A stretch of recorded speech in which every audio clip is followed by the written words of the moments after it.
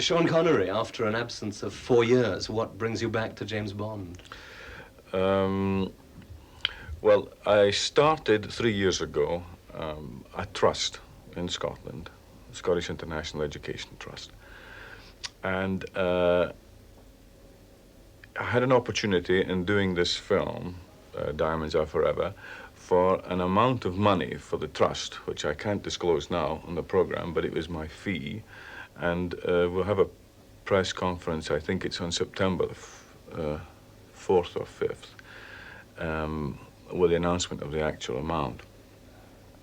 And with this, I could launch the trust with so much money that there could never be an excuse for it not succeeding unless the people who were involved in it and the conception and ideas were wrong in the first place, which I don't think either are true. Plus the fact that having been away for 4 years, I think one had made the point too with the lack of success of the one previous, the one that I wasn't in anyway.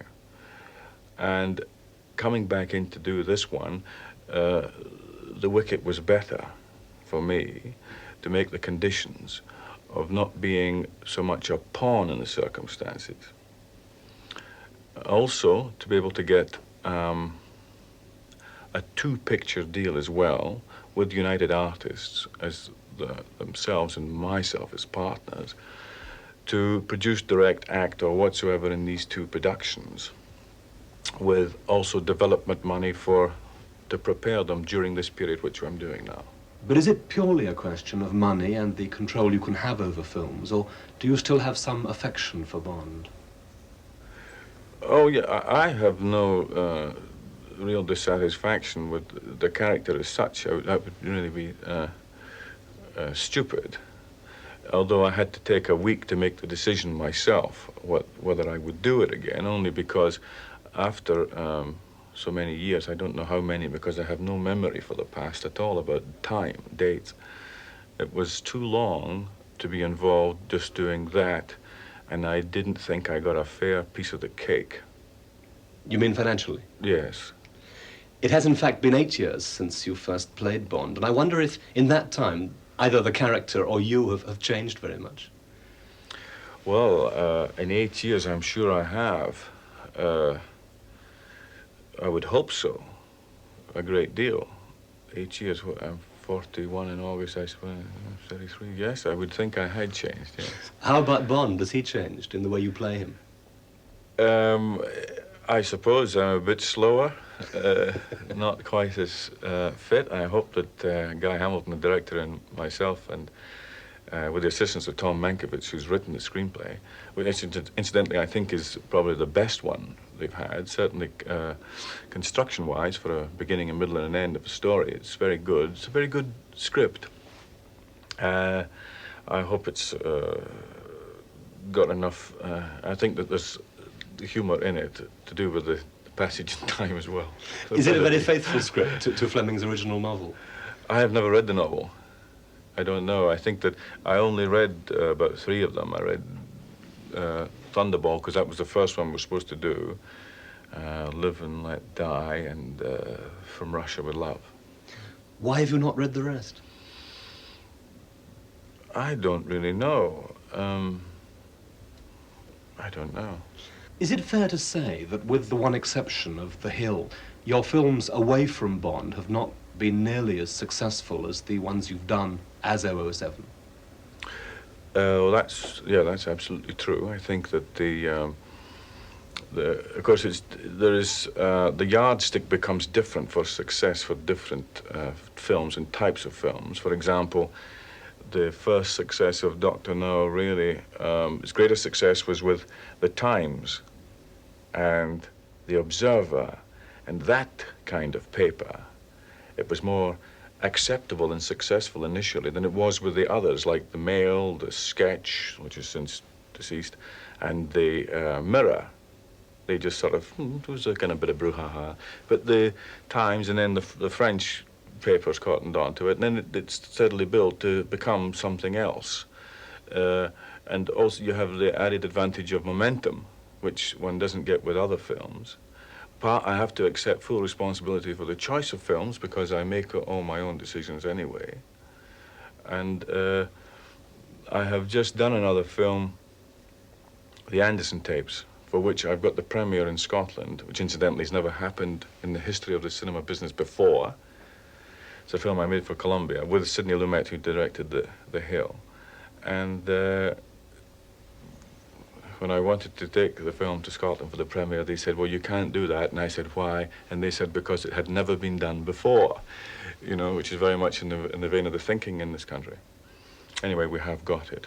And this, incidentally, is a phenomenal success now in America from coast to coast, which is also exciting for the fact that I have the premiere for the Trust in Scotland. But that was, I was referring to that merely because he had directed The Hill too, which was a sort of, I suppose, a yardstick one would use for, considered a success for me as an actor, and quite a considerable commercial success because it was black and white. The other films had other elements involved. Fine Madness was not a particularly successful film, but Jack Warner cut the film, and I had, you know, and I had a suit with him, which I sued him and won. Could have been a better film, I suppose. I think The Molly Maguire was just a very worthwhile film, but lacking in humor. What can I say? And of course, you're a businessman now, as well as an actor. You have a number of interests in banking, among other things. So how important is being an actor still to you? Well, I've always maintained, anyway, that I wouldn't want to be just an actor. You know, so I mean, I'm a director of a bank. I'm on board of directors of industrial communications, and I have interest in the second. I've got a 50% owner of a second-hand car business down East End, and I have a production company and a few other odds and ends. Getting back to Bond himself as a character, to some people he's a snob, a bore, an exhibitionist. To others he's the great escapist hero of all time. How do you feel about him as a character? Well, I think that I've got way past all that since the initiate Dr. No, you know. It's like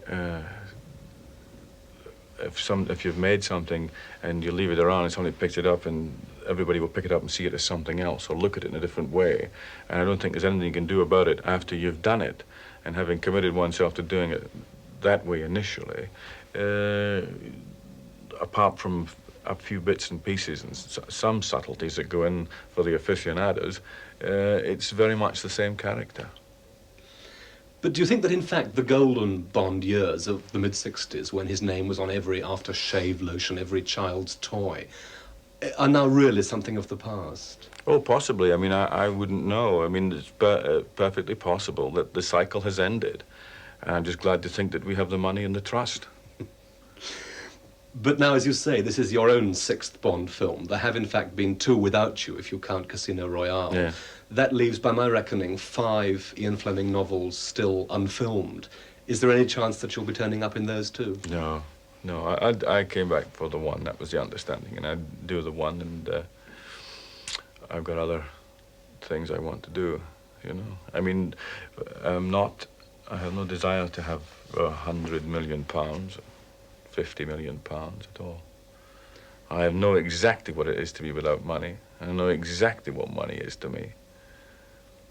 And when I know that, and I know a large percentage of myself, and I know which way I'm going. Sean Connery, thank you. Thank you.